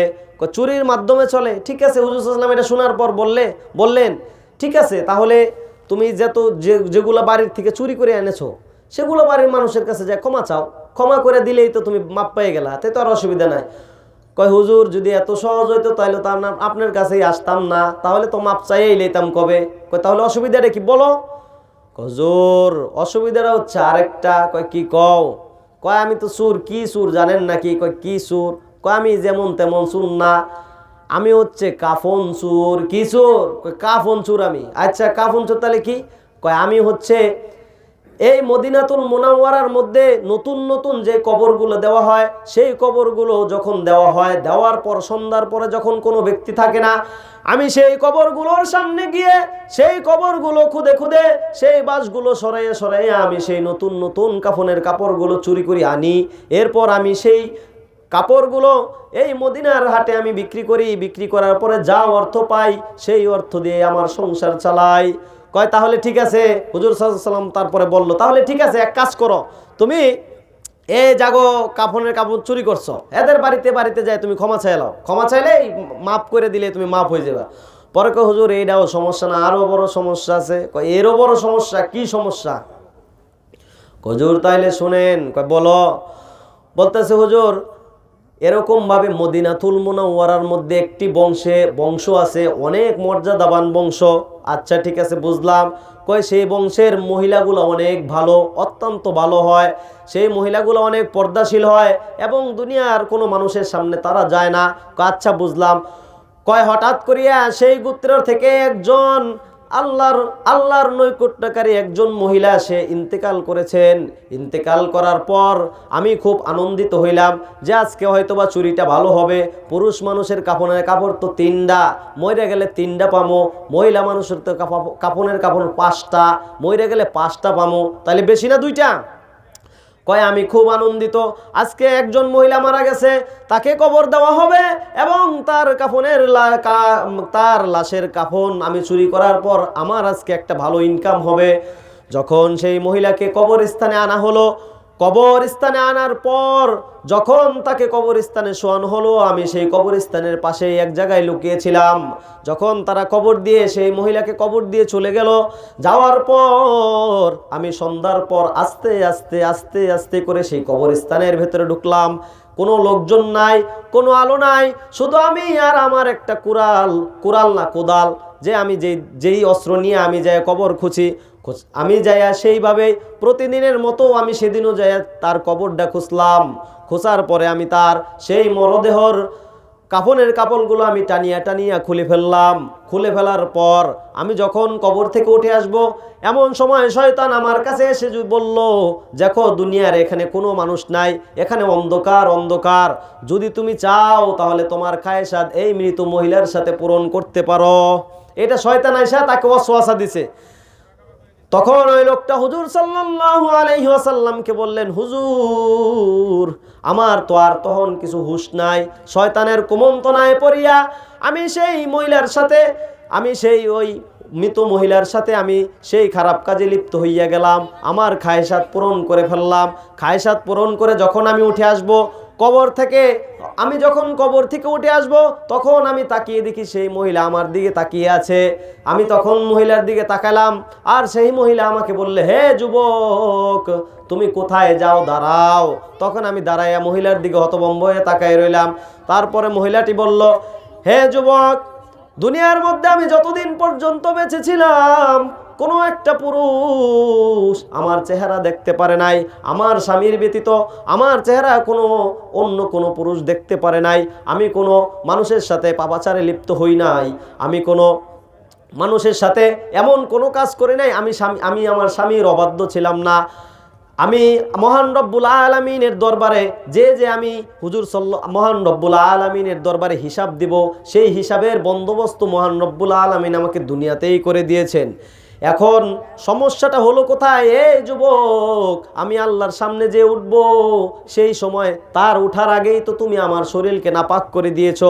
আমি এই নাপাক শরীর অবস্থায় মহান রব্বুল আলামিনের দরবারে কিভাবে উঠব? তুমি আজকে যাও, চলে যাও, কোনো আপত্তি নাই, কিন্তু সেই কিয়ামতের দিন তুমি সেই মহান রব্বুল আলামিনের দরবারে কি জবাব দিবা? এটা বলার পর আমি দেখলাম সকাল হয়ে যাচ্ছে, আমি তাড়াতাড়ি কবর থেকে ভয়ে পালিয়ে আসলাম। আসার পর আমার সেই দিন থেকে আজ পর্যন্ত আমার ভালো করে খেতে পারি না, আমি ঘুমাইতে পারি না, আমি গোসল করতে পারি না। আমার খালি সেই কথা মনে হয় যে মহান রব্বুল আলামিনের দরবারে আমি কি জবাব দিব। এই কথা শোনার পর হুজুর সাল্লাল্লাহু আলাইহি ওয়াসাল্লাম তার জায়গা থেকে লাফ দিয়ে উঠছে। উঠটা হুজুর সাল্লাল্লাহু তার মানে যেখানে বসা ছিল তার বসার জায়গা থেকে অন্য জায়গায় চলে গেছে লাফ দিয়া। যায় হুজুর সাল্লাম এবার থরথর করে কাঁপতাছে, হুজুর সাল্লাম নিজে কাঁপতাছে আর বলতেছে, হে যুবক, তুমি কি করছো? তুমি চলে যাও আমার চোখের সামনেতে, আমি তোমার চেহারা দেখতে চাই না। তুমি তো পাপ না শুধু, তুমি জঘন্য অপরাধী, তোমার চেহারা আমি দেখতে চাই না, তুমি চলে যাও। হুজুর সাল্লাল্লাহু আলাইহি ওয়াসাল্লাম এই লোকটাকে বাইর করে দিছে। বাইর করে দেওয়ার পর এই লোকটা দৌড়ায় চলে গেছে, সেই পাহাড়ে চলে গেছে, একবারে পাহাড়ে যাওয়ার পর হযরত ওমর রাদিয়াল্লাহু আনহু তো পুরা বিষয়টা দেখলেন।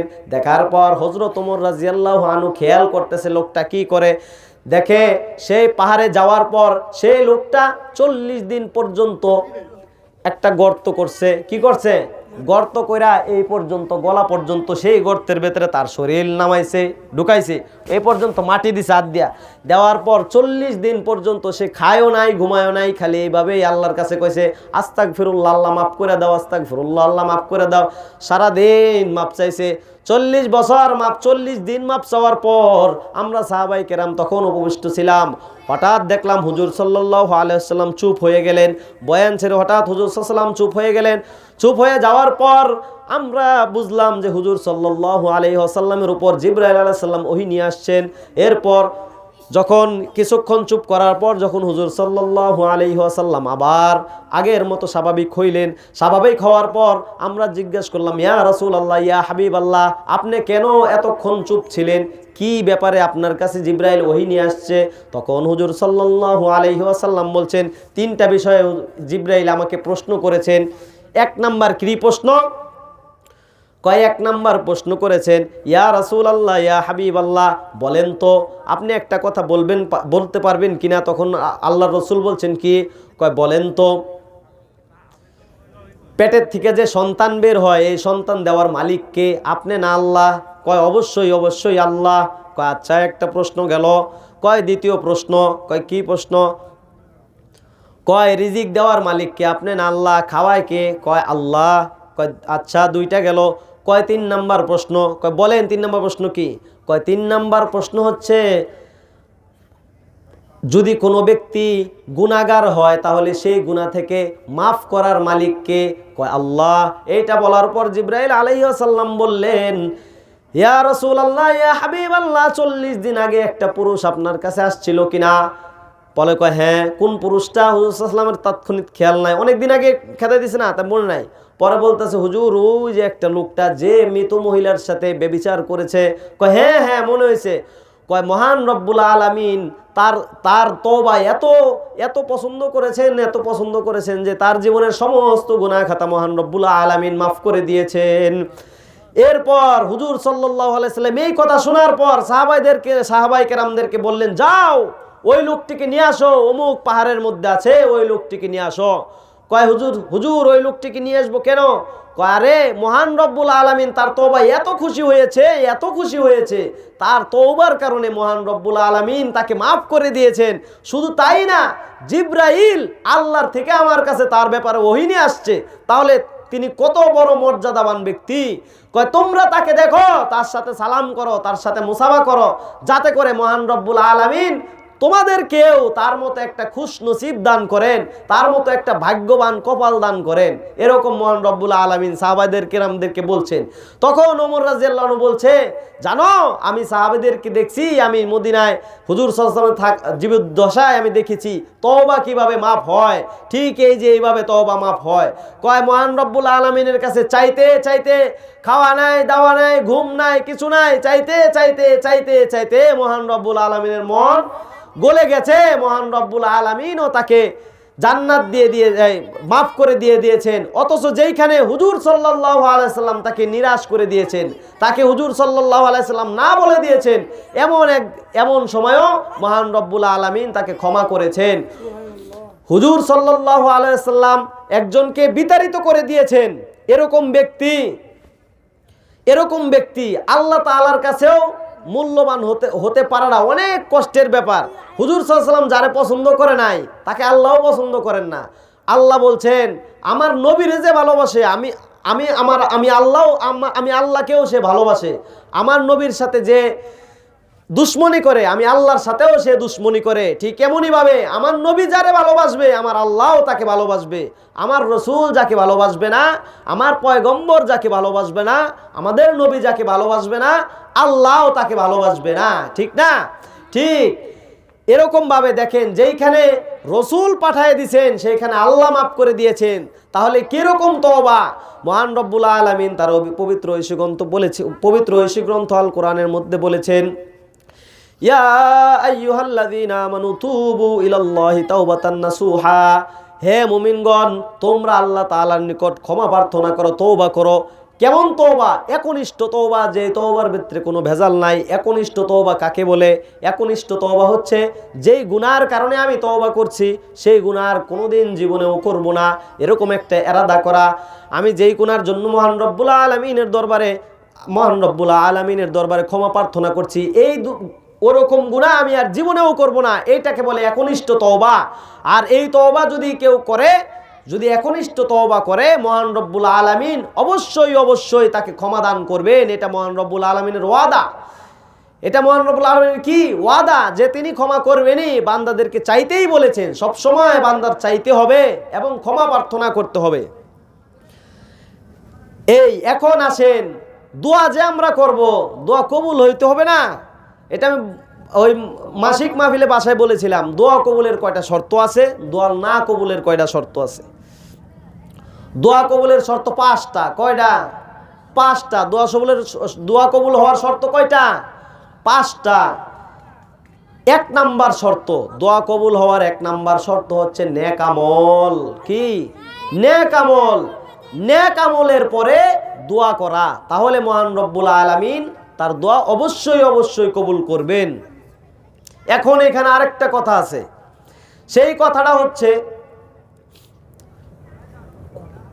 কিছু উলামায়ে কেরামও আছে বলবে, এমন অনেক ব্যক্তিবর্গরা আছেন যারা বলবেন যে নামাজের পর মুনাজাত করা এটা কোরআন হাদিসে কোনো জায়গায় প্রমাণিত নাই।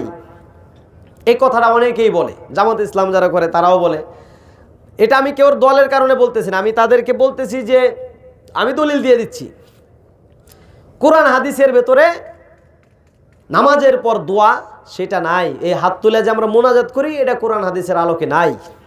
কি আছে? হুজুর সাল্লাল্লাহু আলাইহি ওয়াসাল্লাম নামাজ পড়ার পর আল্লাহুম্মা আনতাস সালাম ওয়া মিনকাস সালাম তাবারাকতা ইয়া যাল জালালি ওয়াল ইকরাম, এই দোয়াটা আছে। এটা হুজুর সাল্লাল্লাহু আলাইহি ওয়াসাল্লাম মুখে বলতেন, এই দোয়াটা আছে, মোনাজাত করে দোয়া নাই। ঠিক আছে, কিন্তু দোয়ার যে 5টা শর্ত আছে সেই শর্তের ভেতরে একটা আছে নেক আমল। সেই নেক আমল, নামাজ কি নেক আমল না বদ আমল? এটা কি সওয়াব হয় না গুনাহ হয়? তাহলে এটা নেক আমল হইল না? এখন নেক আমলের পরে দোয়া করতে বলছে হুজুর সাল্লাল্লাহু আলাইহি ওয়াসাল্লাম। তাহলে নেক আমলের পরে যদি দোয়া করতে বলে তাহলে নামাজের পরে দোয়া করলে অসুবিধা আছে নাকি? এ যায় কি আল্লাহ গুনাহ দিব নাকি? নামাজের পরে দোয়া করলে কবুল হবে। কারণ কি? এটা নেক আমলের পরে করা হয়েছে। নেক আমল আরও কি? রোজা রাখেন, রোজা রাখার পর ইফতারির সময় আপনি দোয়া করেন, সেই করে আল্লাহর কাছে দোয়া কবুল হবে। বুঝছেন নাকি? জিকির করতেছেন, জিকির করা শেষ আপনি দোয়া করেন, একটুখানি দুরূদ শরীফ পড়ছেন, দুরূদ শরীফ পড়ার পর আপনি একটু দোয়া করেন। এটা হচ্ছে নেক আমল। নেক আমল কি? কোরআন শরীফ তেলাওয়াত করছেন, কোরআন শরীফ তেলাওয়াতের পর আপনি দোয়া করেন, নফল নামাজ পড়ছেন, নফল নামাজের পর দোয়া করেন, এটা হচ্ছে নেক আমল। 1 নাম্বার দোয়া কবুলের শর্ত 1 নাম্বার কি? নেক আমল। 2 নাম্বার কি? 2 নাম্বার হচ্ছে দোয়া কবুল হওয়ার জন্য শর্ত 2 নাম্বার হচ্ছে হালাল রিজিক ভক্ষণ করা। কি? হালাল রিজিক আপনার ভক্ষণ করতে হবে। হারাম যদি খান তাহলে আপনার আমল কি হবে না? আল্লাহ তাআলার নিকট দোয়া কবুল হবে না। যদি আপনার পেটের ভেতরে যদি আপনার হারাম থাকে, আপনার শরীরে হারাম থাকে, তাহলে আল্লাহ তাআলা দোয়া কবুল করবে না।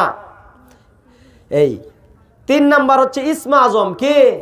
ইসমে আজম হচ্ছে এমন একটা দোয়া যেটা যদি কেউ পারে তাহলে সেইটা বলে আল্লাহর কাছে যেই দোয়া এসে করবে যদি সেই দোয়াটা শরীয়ত বিরোধী না হয়, ইসলামের বহির্ভূত না হয়, তাহলে অবশ্যই অবশ্যই আল্লাহ তাআলা কবুল করবেন। যুগে যুগে ইসমে আজম জাননেওয়ালা অনেক লোক ছিল, এখনও আছে। যদি এরকম যারা ইসমে আজম জানে তাদের ভেতরে এখনও আছে, খুঁজলে পাওয়া যাবে। কিন্তু যদি নাই থাকতো তাহলে এখন আমরা দুনিয়ার মধ্যে বসবাস করতে পারতাম না। বুঝতে পেরেছেন? এখন অনেক আল্লাহর মকবুল বান্দা আছে যারা এইভাবে আল্লাহর কাছে দোয়া করলে আল্লাহ দোয়া কবুল করে। 3 নম্বর হচ্ছে ইসমে আজম। ইসমে আজমের দোয়া কি? ইসমে আজম কেউ বলছে সুবহানাল্লাহি আলহামদুলিল্লাহি ওয়া লা ইলাহা ইল্লাল্লাহু আল্লাহু আকবার। এটা যদি কেউ প্রতিনিয়ত 1000 বার, কয় হাজার বার? 1000 বার প্রতিনিয়ত পড়ে, তাহলে দেখা যাবে এক সময় এইটাই ইসমে আজমের মতো কাম করব। 2 নম্বর আরেকজন বলছে ইয়া হাইয়্যু ইয়া কাইয়্যুম বিরহমাতিকা আস্তাগীস। এটা যদি দৈনন্দিন বার প্রতিদিন সকালে 100 বিকালে 100 কেউ নিয়মিত পড়ে, দেখা যাবে আপনার 40 দিন পরে এটাই একটা ইসমে আজমের মতো কাজ করবে। কেউ বলছে আয়াতুল কুরসিটা ইসমে আজম, কেউ বলছে আল্লাহু লা ইলাহা ইল্লা হুয়াল হাইয়ুল কাইয়্যুম, এটুক ইসমে আজম, এরকম বলছে। ঠিক ইসমে আজম নির্দিষ্ট করে কেউ জানে না। তবে ইসমে আজম নির্দিষ্ট হয়ে যাবে যদি আপনি আল্লাহ তাআলার 99টা নাম যে সিফাত আছে, মানে গুণান্বিত নামগুলো আছে 99টি, এই সিফতি নামগুলো যদি আপনি জপ্ত করেন 99টা, আর প্রতিদিন সকাল বিকাল আল্লাহর 99টি নাম একবার করে আপনি পড়েন, তাহলে দেখা যাবে কিছুদিন মানে একটা সময় যাওয়ার পর আপনার এইটাই ইসমে আজমের মতো কাজ করবে। এই 3 নাম্বার ইসমে আজম দোয়া কবুলের জন্য শর্ত। 4 নাম্বার বরকতময় জায়গা, বরকতময় স্থান। বরকতময় জায়গায় গিয়ে দোয়া করলে দোয়া কবুল হয়, বরকতময় স্থানে যদি দোয়া করেন তাও দোয়া কবুল হবে। বরকতময় জায়গা কি? বরকতময় জায়গা হচ্ছে মসজিদ, বরকতময় জায়গা হচ্ছে মাদ্রাসা, বরকতময় জায়গা হচ্ছে তুর পাহাড়, বরকতময় জায়গা হচ্ছে জাবালে নূর, বরকতময় জায়গা হচ্ছে হেরা গুহা যেখানে হুজুর সাল্লাল্লাহু আলাইহি ওয়াসাল্লামের উপর কোরআন শরীফ অবতীর্ণ হয়েছে। বরকতময় জায়গা হচ্ছে মুজদালিফার ময়দান, বরকতময় জায়গা হচ্ছে আরাফার ময়দান, বুঝছেন? বরকতময় জায়গা হচ্ছে কাবা শরীফের ঘর, বুঝছেন? বাইতুল্লাহ সামনে যায় দোয়া করলে দোয়া কবুল। বরকতময় জায়গা কি? বরকতময় জায়গা বলছি। বরকতময় সময় কোনটা? বরকতময় সময় হচ্ছে মাগরিবের আগে আপনি দোয়া করেন। মাগরিবের যখন নামাজ হয়, আজানের পূর্বে বা আজানের পরে, নামাজের আগে, বুঝছেন? আজানের পূর্বে কোনটা? আসরের নামাজের পরেই না, মাগরিবের সূর্য যখন ডুবে গেছে বা ডুবে বা আজান দিবে ভাব, মাগরিবের সূর্য ডুবার পরেই তো মাগরিবের আজান দেয়, ওই সময় দোয়া করতে হয়। যখন সূর্য ডুবতেছে ওই সময় দোয়া করতে হয়, তাহলে মহান রব্বুল আলামিন ওই সময় দোয়া কবুল করেন। বরকতময় স্থান। আচ্ছা, হারামের কয়টা কথা বলে দিই যে দোয়া কবুল হয় না। 1 নাম্বার কারণ হচ্ছে হারাম রিজিক ভক্ষণ। হারাম রিজিক যদি আপনি ভক্ষণ করেন তাহলে আপনার দোয়া কবুল হবে না যতক্ষণ পর্যন্ত আপনার হারাম জিনিস আপনার শরীরের মধ্যে থাকবে, আপনার অন্তরের মধ্যে হারাম জিনিস থাকবে, আপনার শরীরের ভেতরে দেহের মধ্যে যতক্ষণ পর্যন্ত হারাম বস্তু থাকবে ততক্ষণ পর্যন্ত আপনি নামাজ পড়তে পড়তে কপাল কালা বানায় ফেললেও আল্লাহর কাছে আপনার দোয়া কবুল হবে না। আপনি সারাদিন কান্না করতে করতে আপনার চোখের পানি যদি শুকায় ফেলান তাও মহান রব্বুল আলামিন আপনার দোয়া কবুল করবেন না যদি আপনার শরীরের মধ্যে বিন্দু পরিমাণও হারাম রিজিক থাকে।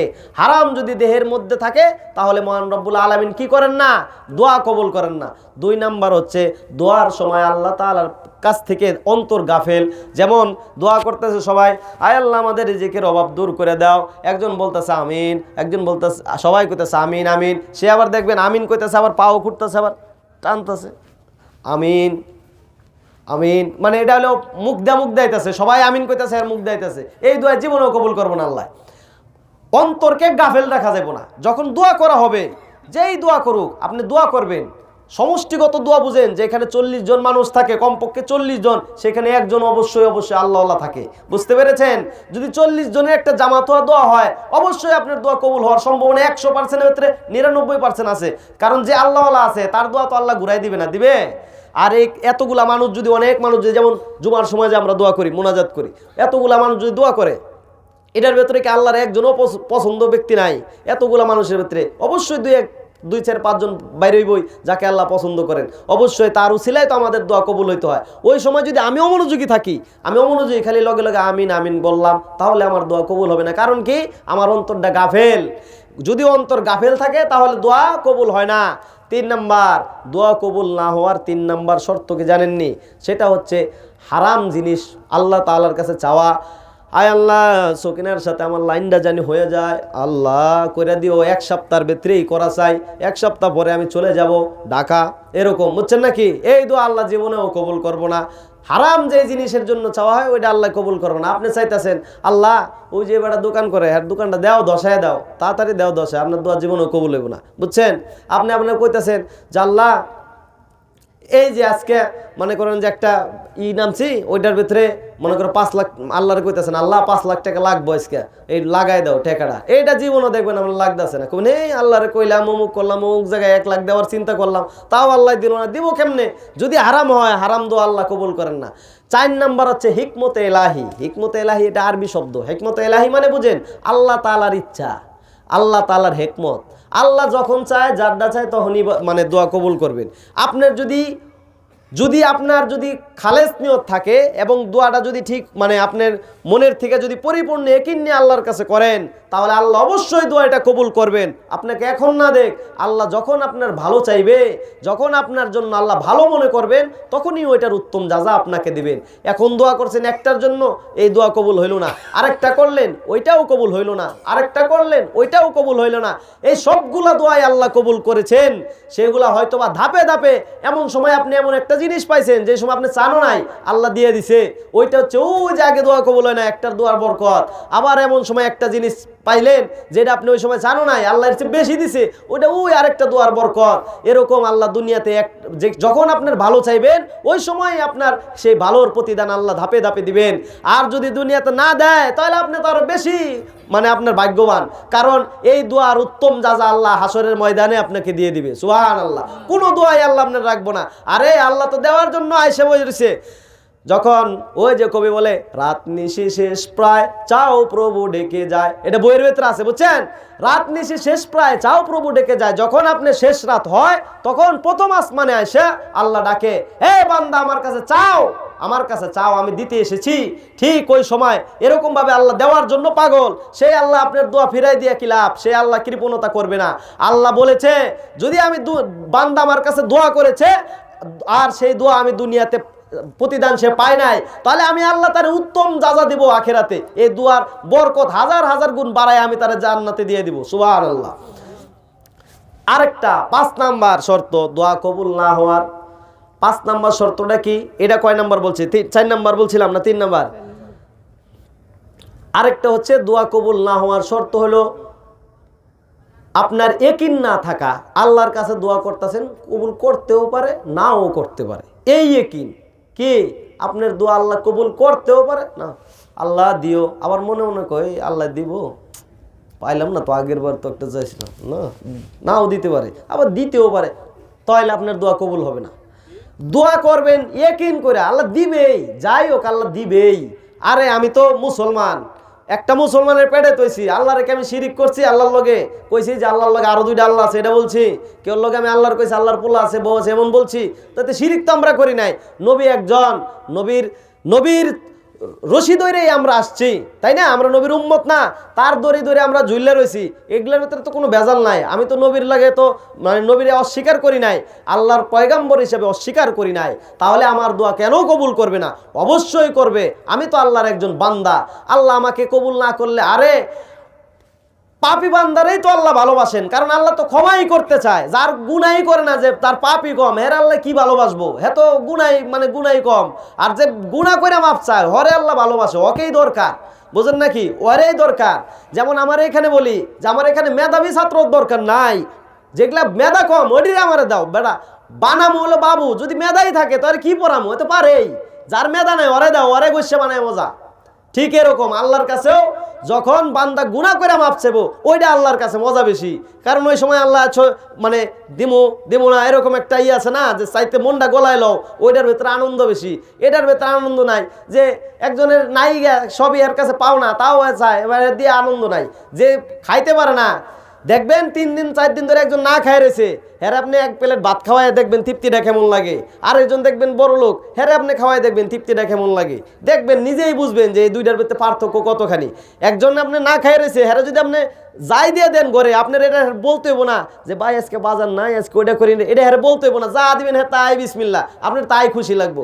আর একজন মোটামুটি একটু ভালো হলে আপনি কিন্তু ইতস্ত লাগবো, না হ্যাঁ কেমনে খাওয়ামো, হ্যাঁ তো আসলে কীভাবে খাইবো নাকি ওইটা, ভাই আজকে বাজার করতে পারি না, ছুটি ছিল না, এটা ওইটা এরকম অসুবিধা লাগবো। কিন্তু যে না খাই রয়েছে আর আপনি খাওয়াই দেখেন, আপনার এটাও কম লাগবো না। ঘরে কি আছে বৌরে যাবেন, কি আছে, কিছুই নাই, ভাতে পানি দিয়ে তুই রাত্রে সকালে নষ্ট হয়ে যাবে, ওইটাই ভাই পানি দেওয়া ভাত আছে খাইবেন, মানে ভিক্ষু খাইলে বাজন তাই দাও তাই সই, খালি একটু লবণ দিও, আচ্ছা দেখবেন আপনি নিজেই আনন্দ পাইতেছেন, আরেকবার চিন্তাও করুন লাগতেছে না। ঠিক এরকম আল্লাহর কাছেও যারা মাপ চায়, যারা বেশি গুনাহ করে, হ্যাঁ আল্লাহ বেশি পছন্দ করে, বুঝছেন নাকি, যে বেশি গুনাহ করে বেশি মাপ চায় আল্লাহ এরা বেশি পছন্দ করে। আর যে গুনাহই করে কম, এর মাপ চাওয়াটা আল্লাহর কাছে পছন্দ হয়, কিন্তু তার মাপ চাওয়ার চেয়ে ওই বেটার মাপ চা বেশি পছন্দনীয়। কিন্তু যে গুনাহ করে মাপ চায় না, এ তো অনেক বড় অপরাধী, সেটা আবার আল্লাহ পছন্দ করবে না। যে গুনাহ করছে কিন্তু মাপ চায় নাই, গুনাহ করে মাপও চাইতে হইব। একজন আমারে প্রশ্ন করছে, হুজুর জান না গুনাহ করি, তাই এবার মাফ করবো কেমন আল্লাহ, না জান না গুনাহ করলে বারবার কইলে মাপ চাই, গাইন না গুনাহ বারবার মাপ চাইবো, আমি হ্যাঁ অবশ্যই মাফ করবো। না হুজুর জান না গুনাহ করলে আবার তওবা করলাম, আবার গুনাহ করলাম, এটা ইয়ার কি হলো না? আমি ইয়ার কি আছে, শয়তান কি আপনার ইয়ার কি নাকি? শয়তান তো আপনার জান না গুনাহ না জান নাকি নবী ঘরে ধোকা দিছে। আপনি তো একটা মিয়া কি বলে কেমন বলছি জানেন, আপনাকে তো বলছি মিয়া একটা তেলা পোকার মতো, এমন বলছি আরে নবী গো হিসাবে। তাহলে আপনি আবার কি এর গুনাহ, আপনি তো এই রাত্রে বাতি চুরি করবার যাবেন, এমনই তো তেলা পোকার মতো। দেখবেন সব ডাইকা ডুকে লাইট বন্ধ করে গেছেন গা, যায় দেখবেন আপনার ওই কি বলে ডাকনার সাইড দিয়ে ঘুরতেছে। ঠিক এরকম পরে বলছে যে দেখেন আল্লাহ উনারাই বেশি ভালোবাসে যে বারবার গুনাহ করে আর বারবার তওবা করে। মানে হ্যাঁ খালি মনে করে আর জীবনেও করবো না, গুনাহ করছে আর জীবনেও করবো না, তওবা করছে একবারে মন থেকে, কিন্তু সে শয়তানের কুমন্ত্রণায় পড়া তার নফসে আম্মারার শক্তির সাথে সে পারে নাই, সে আবার গুনায় জড়িত। আবার তার গুনাহ করার পরে মনে হচ্ছে রে গুনাহটা কেন করলাম, এইটাই দোয়া মিয়া, এইটাই করতে হইব, তওবা করেন আবার মাফ করবো আল্লাহ, আবার গুনাহ করছেন আবার আল্লাহ মাফ করবো, নইলে আর কেল্লেগা আল্লাহ। যদি রহমান আর রহিম যদি সিফত আল্লাহর যে আছে, কিসের সিফত যদি আল্লাহ মাফই না করে? আল্লাহ সব প্রত্যেকটা বান্দারে আল্লাহর চেয়ে বেশি কেউই ভালোবাসে না, বান্দাকে আল্লাহর চেয়ে বেশি কেউই ভালোবাসে না। যারে যে বানায় হেরেই হে ভালোবাসে, বুঝছেন নাকি? এটা আপনারা বুঝবেন। আপনি যদি আপনার সাথে যদি কোনো হেল্পার আপনার সাথে কাজ করে, আপনি যদি মানে আপনি থাকেন সুপারভাইজার না কি কয়, হেল্পারের যে উপরে থাকে অপারেটর যদি আপনি হন, আপনি একটা হেল্পার খুব ভালো অ্যাডভান্স কাম বুঝে, অ্যাডভান্স বুঝে কথা বলতে না, আর ওই দেখবেন যে সব করে লাইতেছে, দেখবেন আপনার বাসার বউর চেয়ারে ভালো লাগবে বেশি। প্রতিদিন সারাদিন গেলে ওই এরকম একটা হেল্পার পাইলে মানে আপনার মনটাই সারাদিন চাঙ্গা, মানে মনে কইব না আর কিছুই করতে। আর যদি খালি কয় কোনটা লাগবে কোনটা হ্যাঁ এটা করছো, আর দমক দেওয়ার পর না ভুলে গেছে দেখবেন ওইটা আরো বেশি ভালো লাগে, বুঝছেন নাকি? ওইটা আরো বাবার এটা তো কিছুই না, মানে ওরে দিয়ে কাম হইব।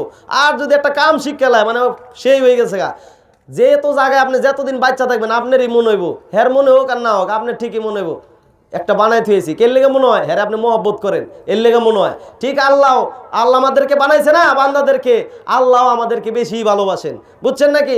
দুনিয়ার সবার চেয়ে বেশি আল্লাহই বেশি ভালোবাসেন। আল্লাহ আমাদেরকে যে বানাইছেন, অতএব আল্লাহরই বেশি চিন্তা, মাফ করতে হবে আমার বান্দাদেরকে। আল্লাহ যখন জাহান্নামে দিব তখন কহার নাম নিয়ে উঠবো, আল্লাহ কহার নাম নিয়ে উঠবো, ওঠার পরে সে হাসর নাসর করবেন। এর আগ পর্যন্ত আল্লাহ তাআলা রহমান আর রহিমই থাকবো। দুনিয়ায় আল্লাহ কহার না, দুনিয়ার ভেতরে আল্লাহ রহমান রহিম গফফার, এই তিন নামের সিফতে আল্লাহ।